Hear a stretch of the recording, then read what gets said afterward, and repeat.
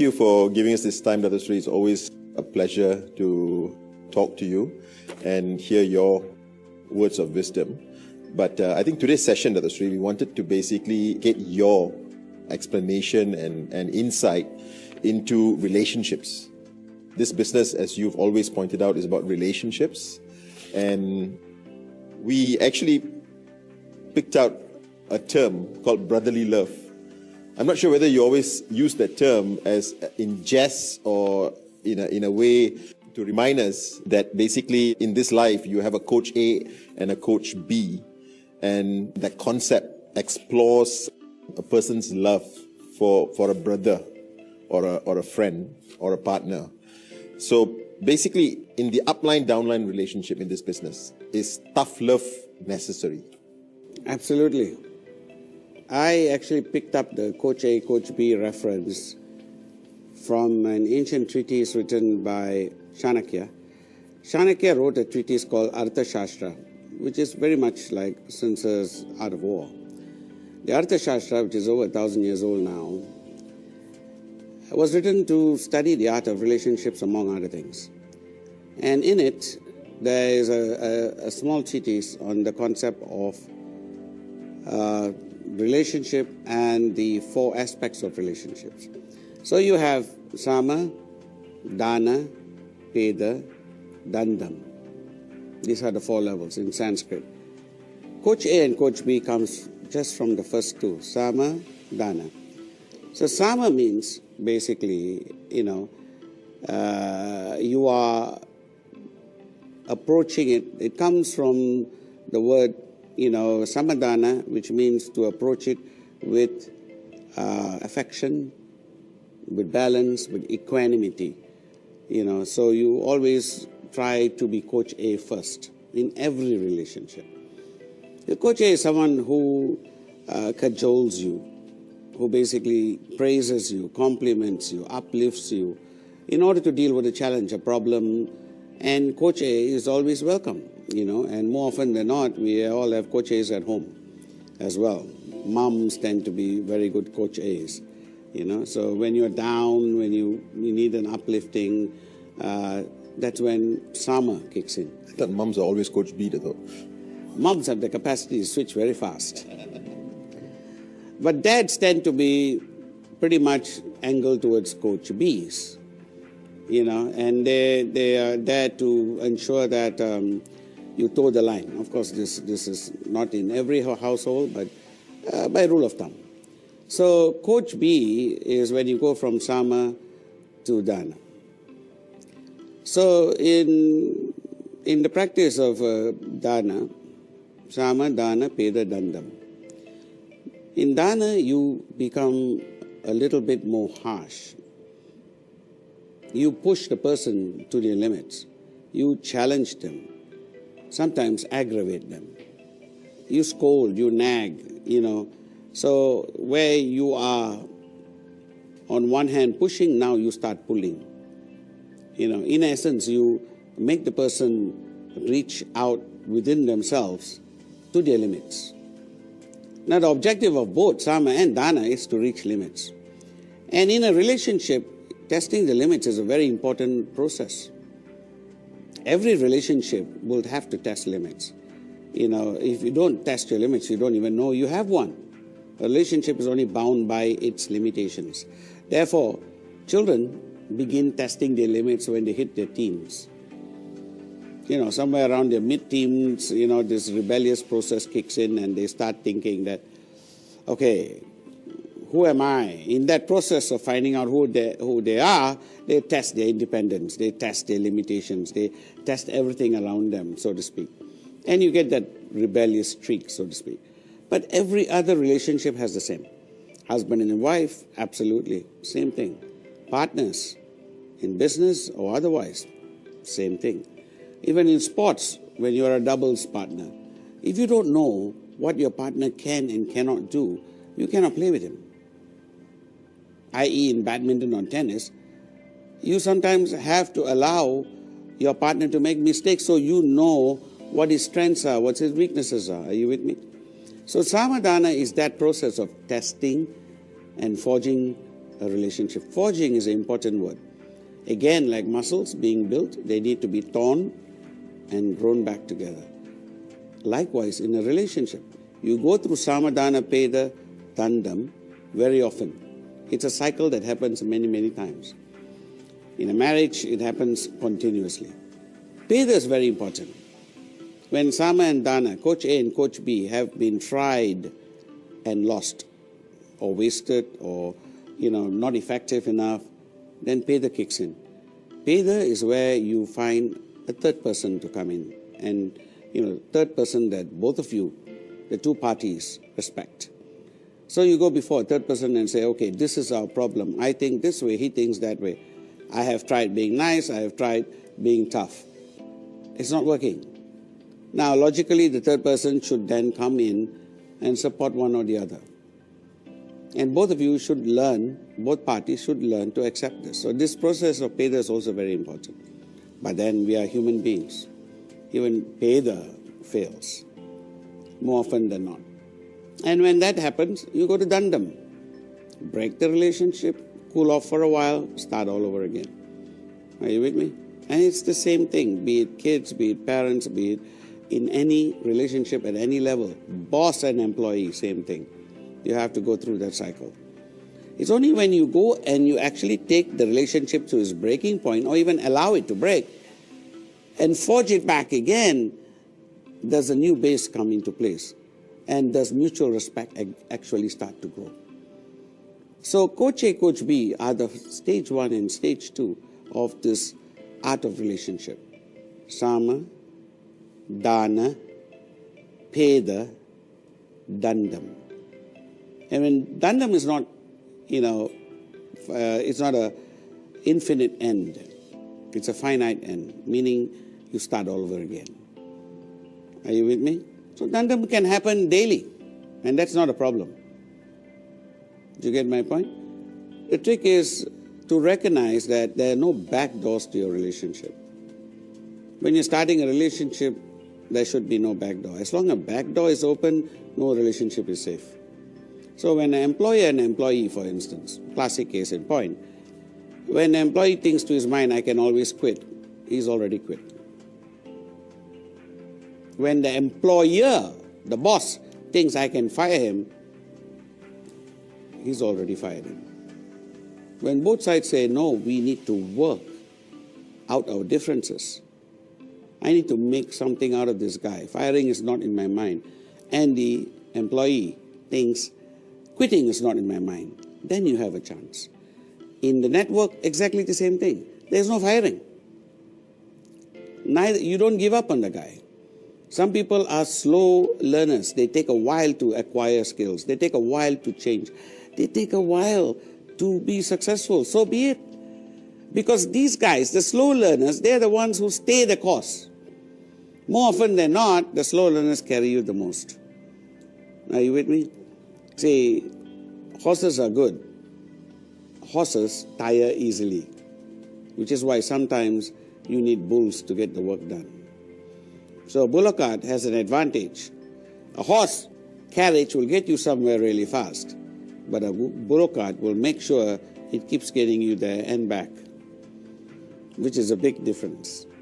Are you with me? So likewise, when we come to this important aspect, Coach A and Coach B, it's a process that we all have to learn to improve upon. We have to learn to be Coach A's, we have to learn to be Coach B's, and we have to keep on going through this. And it's, it is a process that we have to accept will always be a cycle. And that cycle is what keeps us going. Dr. Sri, sometimes I think uplines tend to think that they must always be Coach B. So is there really room for kindness sometimes? I have a simple rule when it comes to Coach B. Coach B is where you basically push a person, you hammer a person. Are you with me? You take them to the ropes, as it were. Never hammer someone you cannot pick up.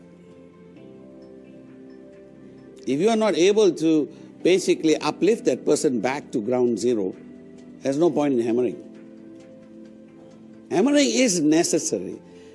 There's no question in my mind that that process must happen. We all at some point or another have been hammered, and some of the best people in our lives are the ones who have done the hammering.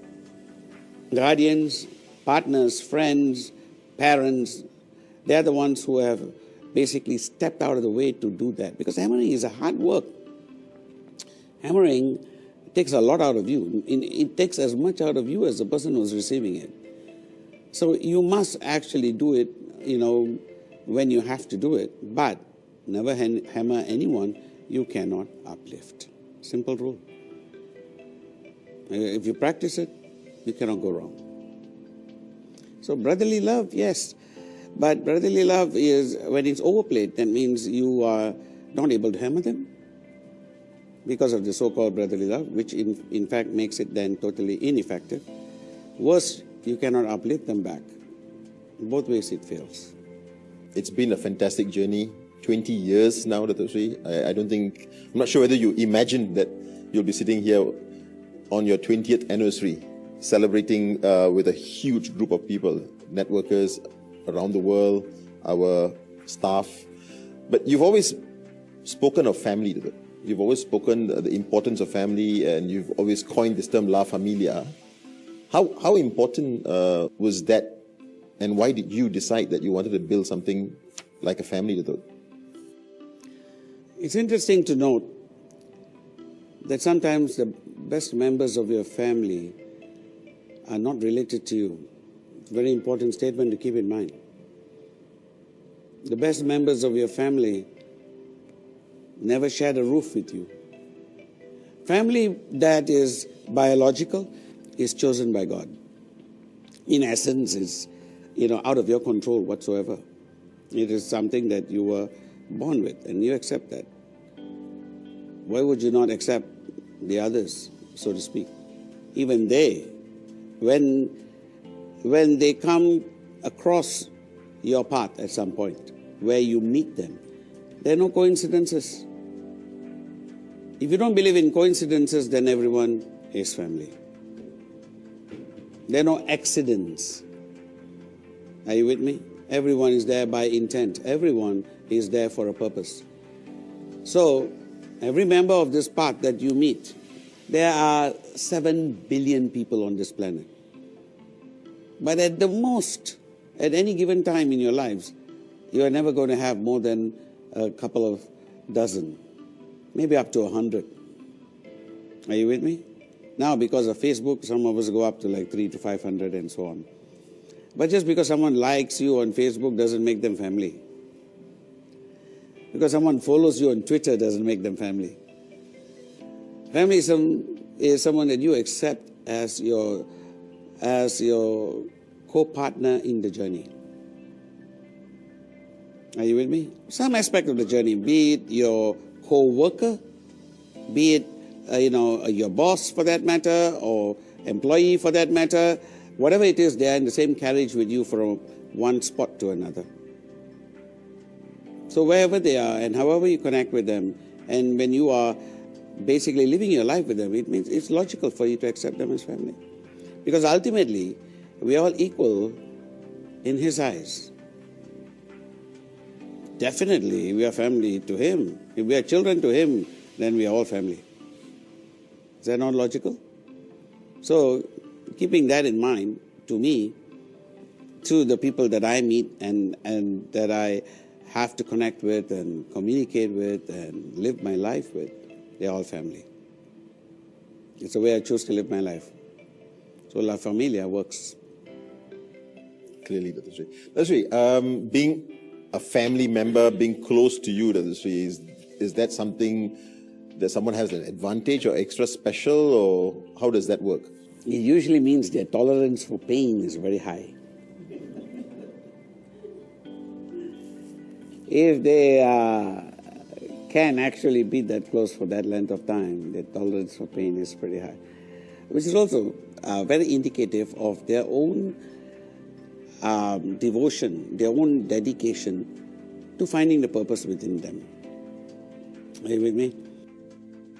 Just as I am today very grateful to my coach to my discipline master who passed away a few weeks ago. I am in so many ways grateful for the energy that he spent, for the care. But most of it, it's not that he was affectionate. He was tough.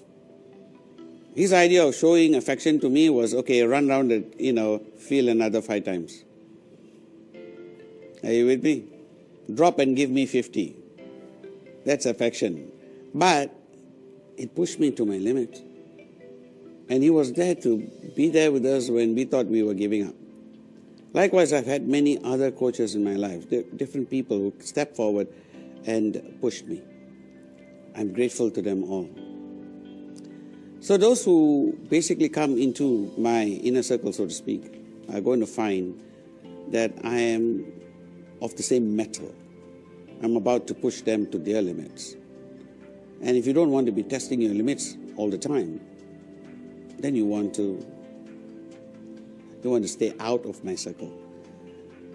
But then, if you're going to be testing your limits, and if your limits are going to be growing, then I assure you, that's when you are totally alive. That's when living makes real sense. So I don't think that the people around me in my inner circle, so to speak, they don't put up with the pain because of the pain itself. They put up with it because it's the pain of growing up. It's the pain of building new muscles. And I think that the loyalty that they have to me and I have to them is forged in this process.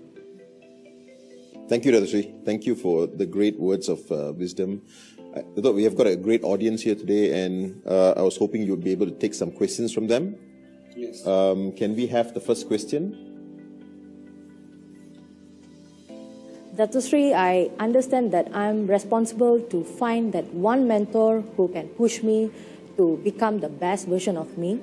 What happens, Datusri, if I cannot find anyone? In our philosophy, in the East, it's not us that goes out to find them. They find us. In the West, when you want to learn, aerobics or fitness or whatever, you go find a place that coaches you. You want to study some school or some design school or being a chef or whatever, you go find someone who teaches you.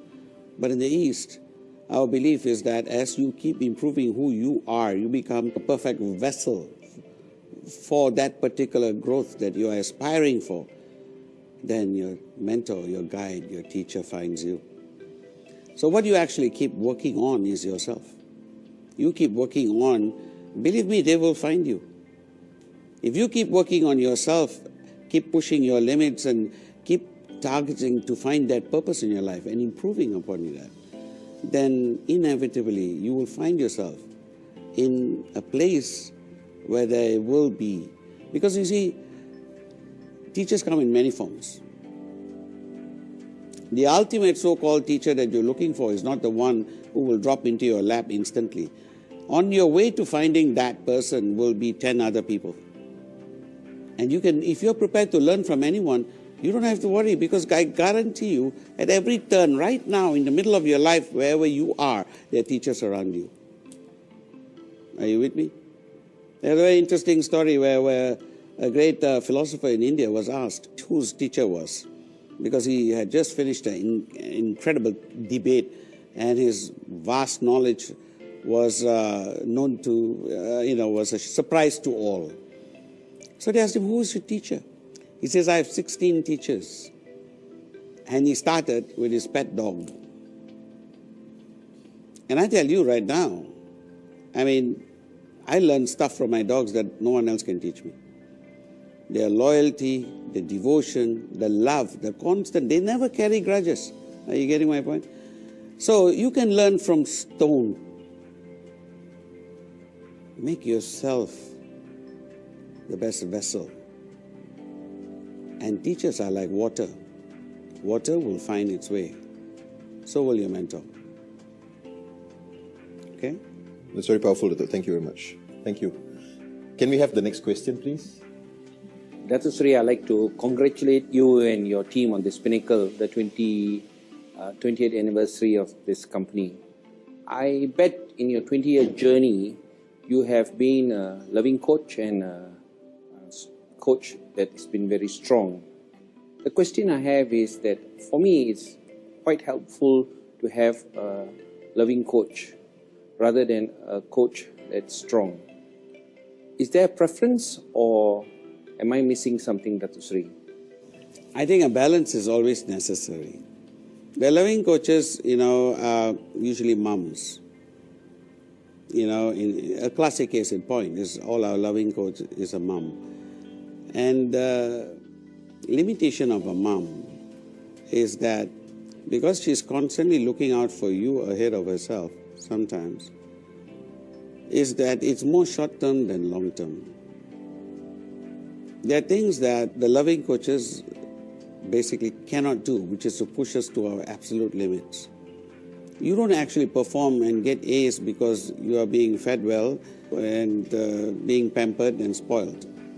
It may be something that you give upon a reward after you get your A's.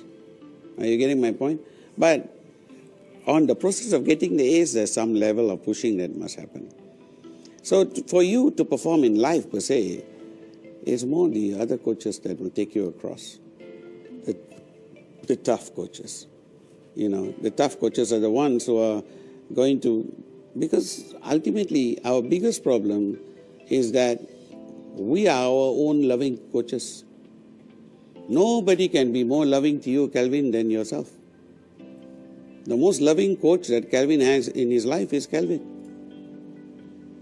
Are you with me?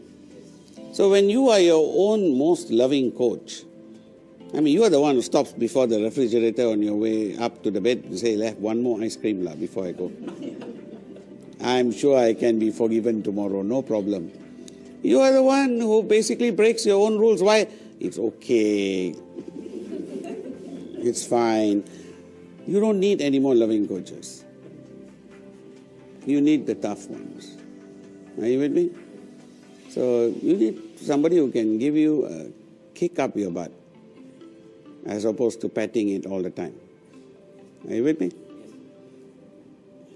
Sri, thank you very much. It's been a truly engaging session and we hope we can sit with you again soon. Thank you very much, Dato Sri. Thank you.